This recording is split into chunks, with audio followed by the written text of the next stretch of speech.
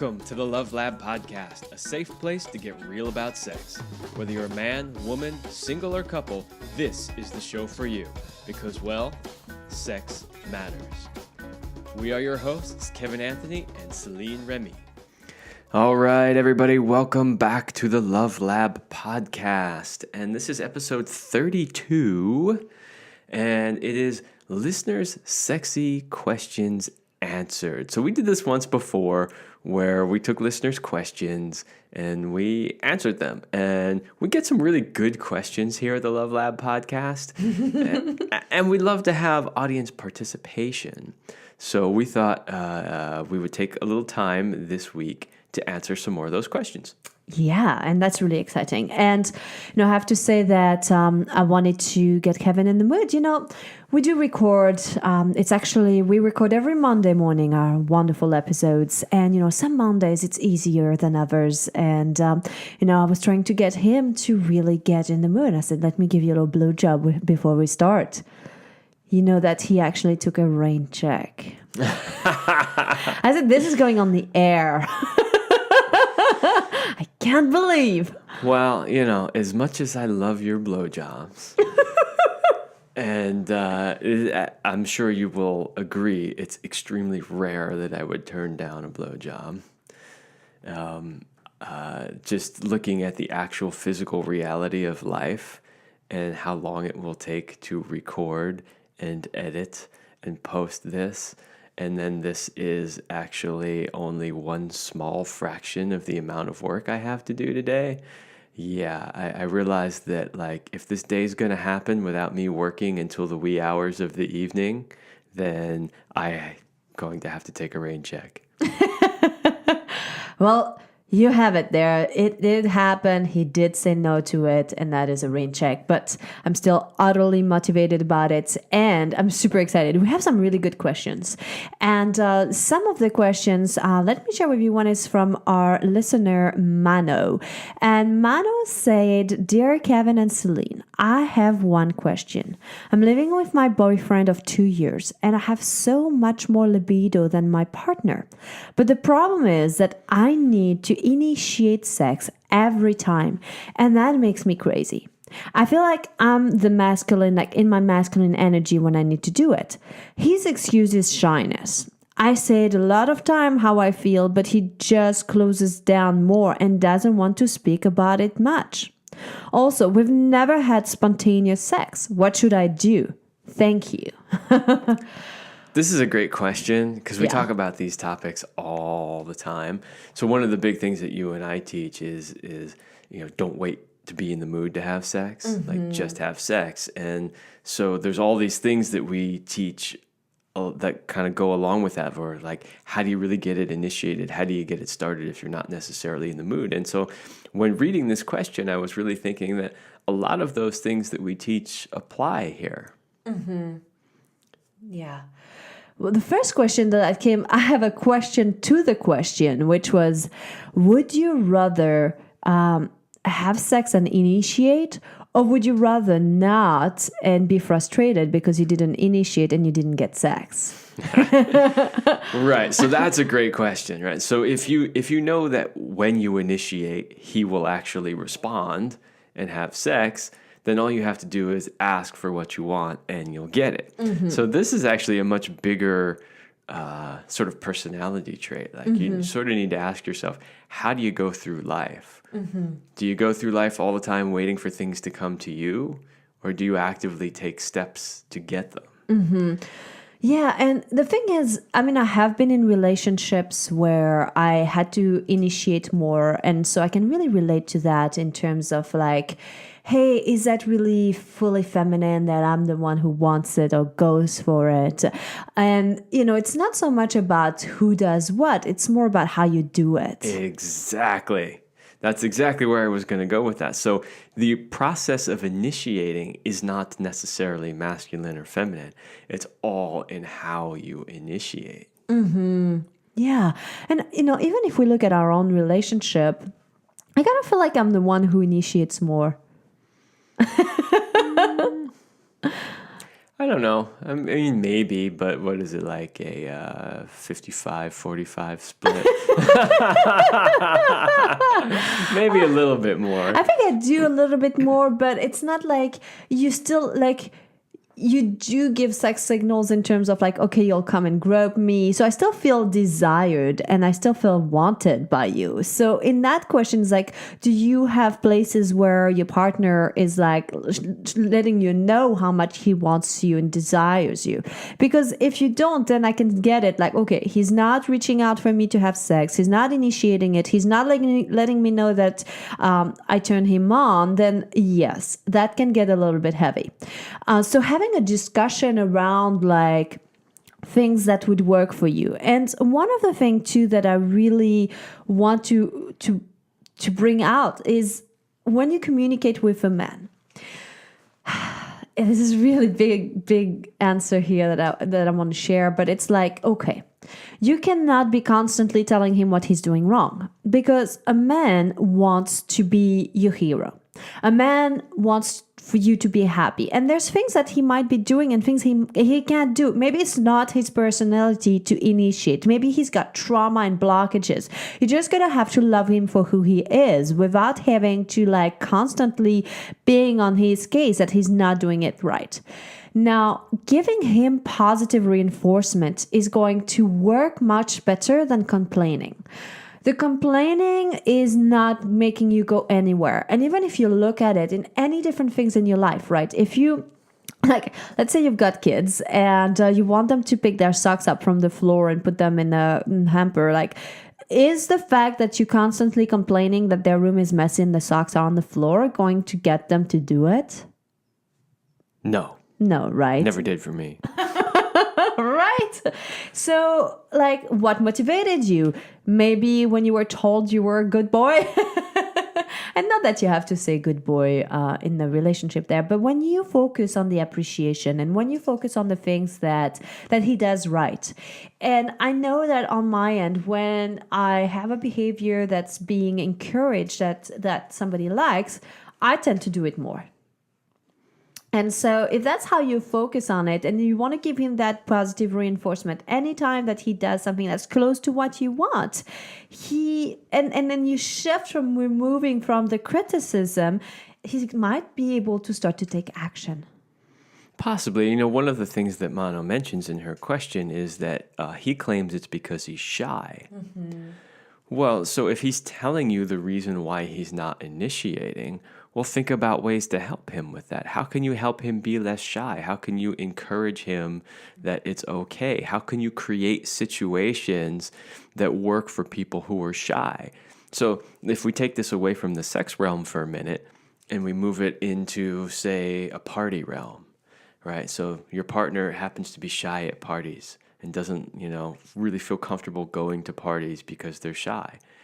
Well, how can you make that party-going experience better for them? Well, one thing is you can maybe take them to parties that are smaller, right? So maybe, a party with 100 people and pounding music where they have to really project and go out of their way to have conversations with people. Maybe that's not the best environment for them, right? So that's one potential solution. Another one is, hey, maybe you don't abandon them at the party where they're on their own and trying to make conversation, and maybe you say, hey, just stick with me. I'll start conversations, and then you can join in, right? So just using that as an example. So if he's got shyness issues in the bedroom, how can you create an environment and a situation that makes him feel comfortable enough to do it? Mm-hmm. I love that, Kevin. I think it's awesome. So it comes back down to communication is lubrication. And not pointing the finger, but like I love this like co-creation of something. Like what would it take? Like the result is I want us to feel close, to feel connected, to have passionate sex. And what is it that you need? And then it's like I'm willing to give that to you. Yeah, and just to add, I kind of started this question with, the idea that a lot of the things that we teach are applicable here. So what I meant by that was, we've done episodes on intimacy before, during, and after, right? And all of those tips that we've already previously given you about creating intimacy before are ways to encourage your partner to initiate more sex. The whole constant state of arousal, the groping, the cock grabbing, like all these things that we teach are also applicable here.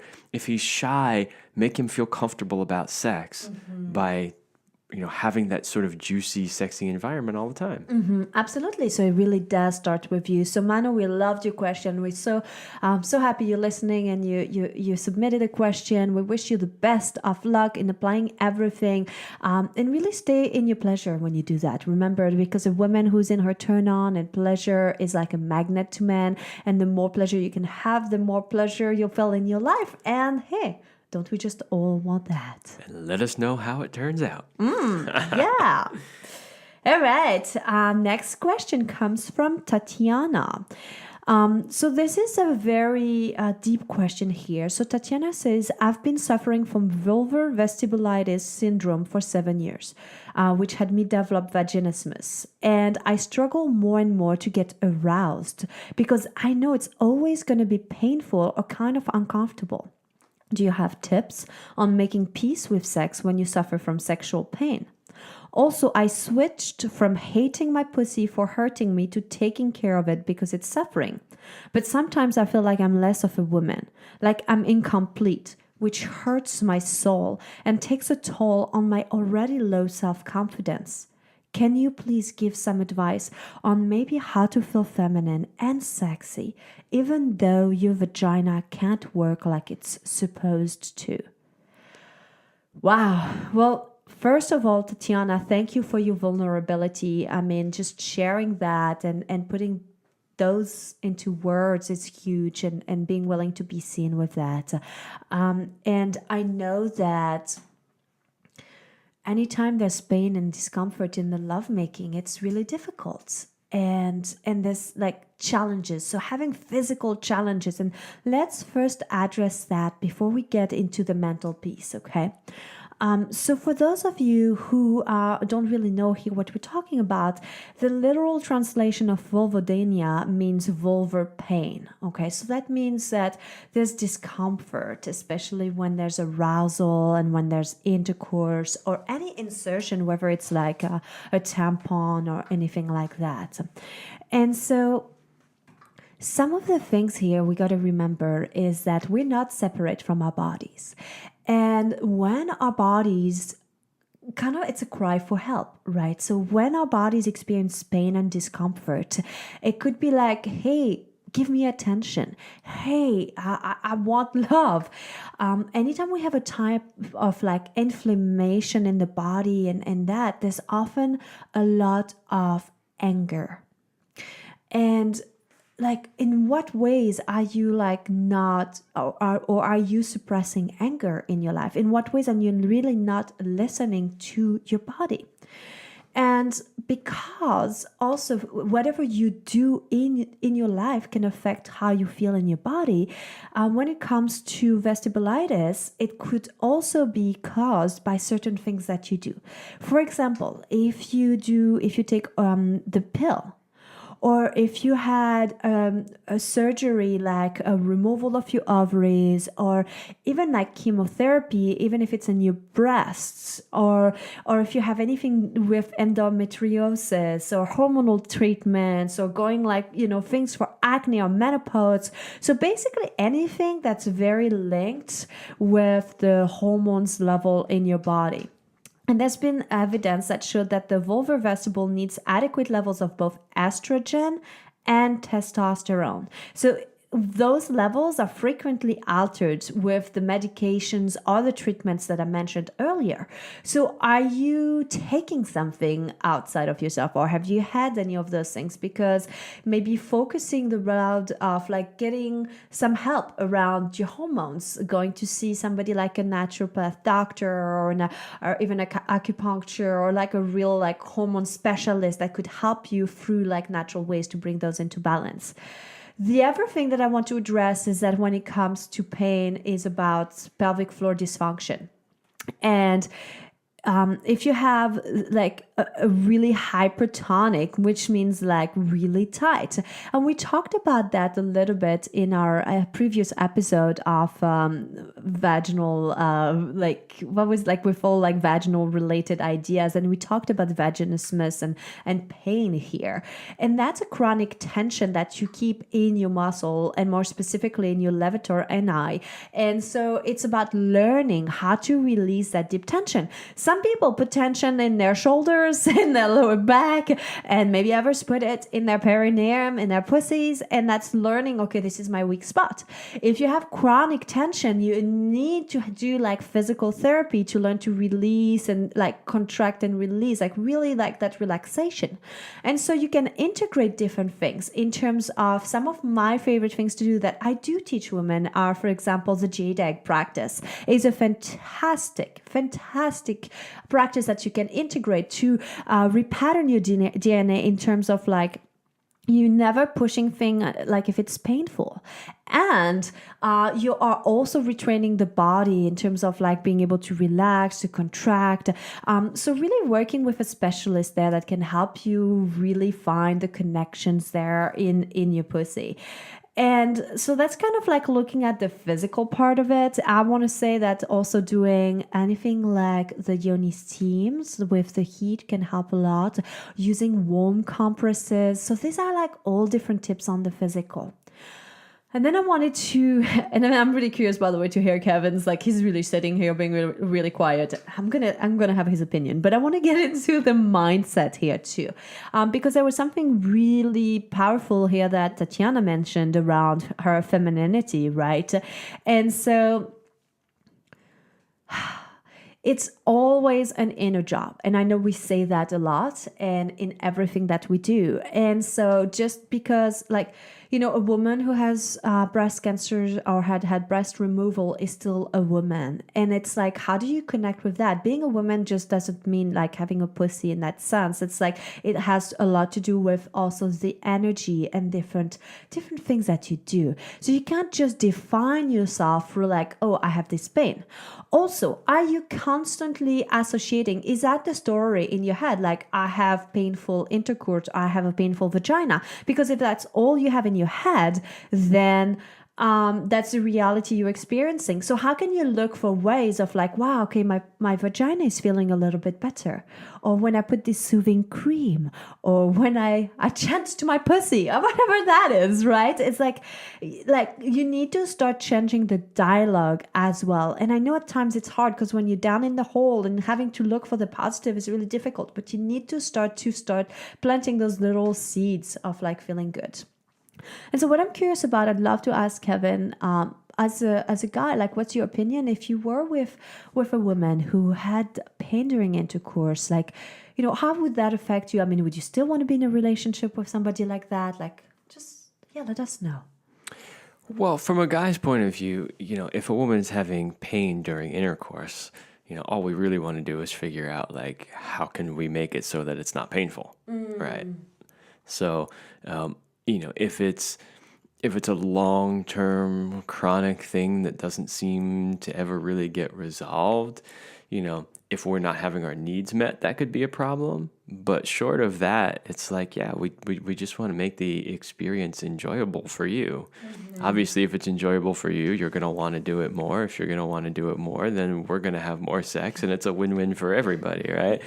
So, yeah, from a guy's point of view, I'm happy to support whatever it takes to make that happen. And I would say, you know, obviously a really good place to start is looking at many of the things that you mentioned that you may not realize might be having an effect, right? So some of the things that you mentioned, hormone treatments and cancer treatments and different things that will basically put your hormones out of balance can really have a big impact. And so we always have to remember that everything is connected in the body. And so if you're having a problem in one area and there doesn't seem to be any immediate cause that pops in your mind, start looking elsewhere and see where there might be some connections there. And also, like you mentioned, there are some things that you can do, physical things that you can do for yourself to help ease the pain and make it better. And then I loved the part that you brought in about the mindset. And one thing I loved about this question was the part where she basically says that she's switched from hating her pussy for hurting her, and now she's basically loving her pussy to kind of sum it up. And really, that's a lot of it, right? Like a lot of it really is making that mindset change and really loving who you are. And we see this from time to time with both men and women, but I think it happens a little bit more with women, which is this sort of almost not wanting to be a woman or not being happy being, a woman because, it's hard or it's this or that, or I have to deal with cycles and periods and things like that. And one thing that I have seen is that all of the women that I know that have truly embraced being feminine, that actually love being feminine, like you say to me all the time, you're like, I love being a woman. When Celine talks about what it's like to be a woman, you really get a feeling and a sense that she wouldn't want it any other way. And I think that's really where we all need to get to. We need to get to that point where if we're a woman, we look at ourselves and being a woman and think, I wouldn't want to be anything other than a woman. Or if you're a guy, same way. Like, this is how I feel about being a guy. Like, I love that you love being a woman, but there's no part of me that ever thinks, oh, I wish I was a woman. Like, I love being a dude, and I love doing the things that dudes do. People are like, guy stuff, like whatever. But I love it. Like, I love doing guy stuff. And so I just think that that's a big part of really, really loving the body that you're in for what it is and embracing it. And I love that. And, I know your question to Tiana here was also how to feel more feminine. And I'm like, okay, maybe your pussy is not working the way you want it or supposed to, but you have breasts. Like, I teach the breast massage. I have a whole online course on that. Like, this is something that opens up your heart, that makes you love yourself more, that rebalances your hormones. So it's like, it's got so many benefits there. And reduces pain. Exactly. So it's like, okay, maybe find other ways. And what does it mean for you to be feminine? Like, for me, to be a woman is all about creating beauty wherever I go. It's about being in nature, creating connection. It's about being like a nurturer and creating good food for us. So there's not one definition of what being a woman really is. And so you need to find that for yourself. What makes you feel feminine? What are the activities that make you feel turned on and fully in your body like a woman? Make a list of these things and do those regularly. Absolutely. So thank you so much for that question, and we really hope that was helpful. But it is time to move on to our next question. Okay. From listener Tara. So she says, I've been dating and have experienced a weird experience. I've been with several men who operate from this mindset of what feels to me like taking because they really want it. Instead of asking, they are just doing. They don't ask to go to certain zones of my body. Why do people not stop and ask permission or check in? Are they just so focused or desperate to get what they want? Or is it just a really different way of thinking? Okay, see, we love this question because it's one that we talk about a lot, because it's one that we see and experience a lot. So where should we start with this one? All right, I know where to start. First of all, most of the men who think that they're givers are actually takers. Absolutely. And if you're listening right now and you're like, okay, whether you're men or women, and you've been in this experience, we're like, oh, I'm giving. And when you're giving, you're actually thinking of what you can get through that giving. Basically, you're taking. And as a woman, I think every woman listening, and that includes Tara here, when you touch us with that intention of I'm touching her and stroking her this way because I want to get to her pussy, I want to do this and that, we feel it, and it's not a place where we feel comfortable or want to surrender. We feel like we have to guard ourselves. But it's even more subtle than that. Because it's one thing to say, I'm touching you here because I eventually want to get to your pussy, right? Like, so that's one level, but that's a much more upfront level. What we see a lot with people are these guys who say, you know, I'm just a giver. I'm just a giver. All I want to do is I want to massage a woman. I want to go down on her. I want to just give.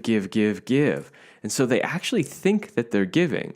But the reality is that while they're giving, they're actually energetically taking. And the giving is just a way for them to basically steal energy. Yeah, that's huge. And most of them aren't even aware of that. They don't even realize that they're doing that. So if and I'm not saying that you can't receive pleasure from giving to a woman, but if the whole reason why you're giving to her is solely so that you can get off, then you're a taker. You're a taker. It's as simple as that. Because yes, there's a part of it that's enjoyable. I love when I get to give you a massage and touch parts of your body. For sure, that's enjoyable. But I'm also doing it for you because you love it, because it's enjoyable for you, because it allows you to relax, because it turns you on. And so you're watching too. So the thing is, like, you're not just touching and doing what you like or the free moves you learned because you took that course. No, you're like watching, oh, how is she reacting? Oh, maybe she wants less pressure, or like really like just paying attention. Or if she's like, oh, I'm done, you're not going to continue. Or if she's like, moving her body in the other direction or pulling away, like you're not going to keep pushing forward. You might just be like, what do you need? What do you want? Like, might take a pause and listen, so that's very different. I think this concept of I'm a giver, even though they're really taking, is sort of a sort of a new age way of being like sort of the old man. Right? The old, sort of macho asshole masculine who is just like, all right, I'm going to have sex with you right now, and just was like very obviously taking. This is pretty much the same thing, but with a new shiny wrapper around it that is harder to see. It's more subtle. It's true. But it's kind of the same thing.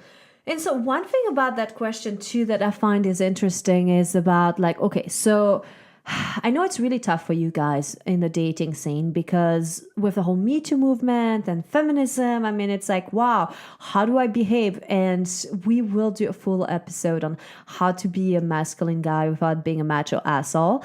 It's coming, so stay tuned. But we'll just dive in a little bit right now for this remaining few minutes that we have, because we want you to take initiative. We want you to take the lead because that's beautiful and sexy and it's attractive.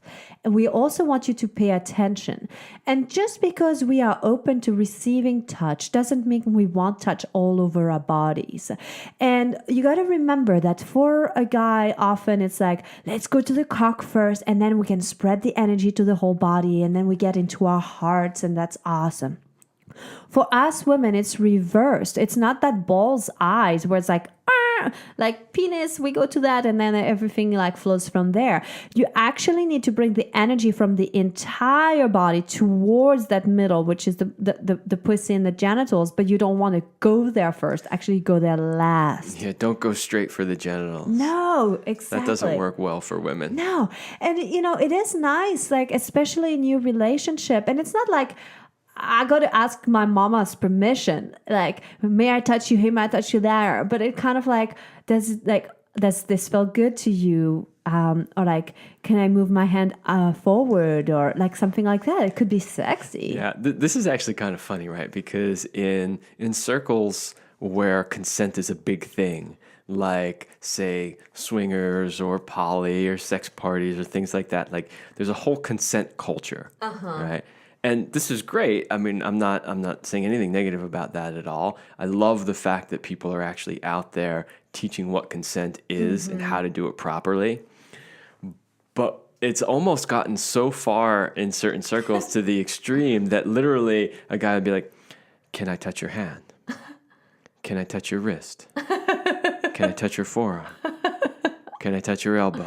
Okay, now just grab my arm. Yeah, right? So that's kind of the thing. So you got to find the balance in there of asking appropriately, and then not just overdoing it with like, "Can I touch this hair? Can I touch that hair?" It's like, yes, you can run your fingers through my hair. Yes.